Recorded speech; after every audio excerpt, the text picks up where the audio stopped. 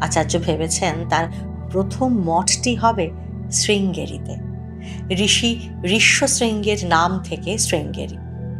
কথিত আছে এই অঞ্চল সেই মহাঋষির তপস্যার স্থান।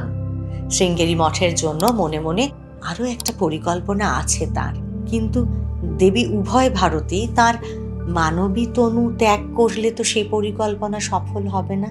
কাতর শঙ্করাচার্য তাই আবারও প্রার্থনায় রত হলেন। বললেন যে শৃঙ্গেরিতে একটি মঠ স্থাপনের ইচ্ছে হয়েছে তার। আপনি সেই মঠে অধিষ্ঠান করে চরাচরে দিব্য জ্ঞান বিতরণ করুন মা। এটি আমার একান্ত প্রার্থনা। আমি আপনার অনুগত, আপনারই উপাসনা করি। আচার্য শঙ্করের এই আকুতিতে উপস্থিত তাঁর পার্শ্বদের চোখে জল ভরে এলো। পরিবেশ ভাবগম্ভীর। অতি উচ্চ আধ্যাত্মিক তরঙ্গ বয়ে চলেছে চারিপাশে।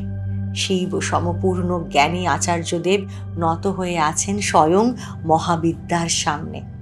তার মানবীর দেহেই দেবী উভয় ভারতী এবার পরিপূর্ণরূপে ঈশ্বরী সত্তায় বিরাজ করছেন। আর তারপরে এলো সেই অলৌকিক আশ্বাস। কি বললেন দেবী? সবটুকু আড়াল আবডাল ঘুচিয়ে উভয় ভারতী ব্রহ্মবিদ্যা দায়িনী স্বয়ং স্বরূপে প্রকাশ হয়ে জানালেন যে, হে সন্ন্যাসী শ্রেষ্ঠ, আপনার প্রার্থনা পূর্ণ হবে। আপনি ওই মঠে একটি শ্রীযন্ত্র স্থাপন করুন। আমি দৈব দেহে অধিষ্ঠান করব সেই যন্ত্রে, সর্বদা বিরাজিত থাকব সেখানে।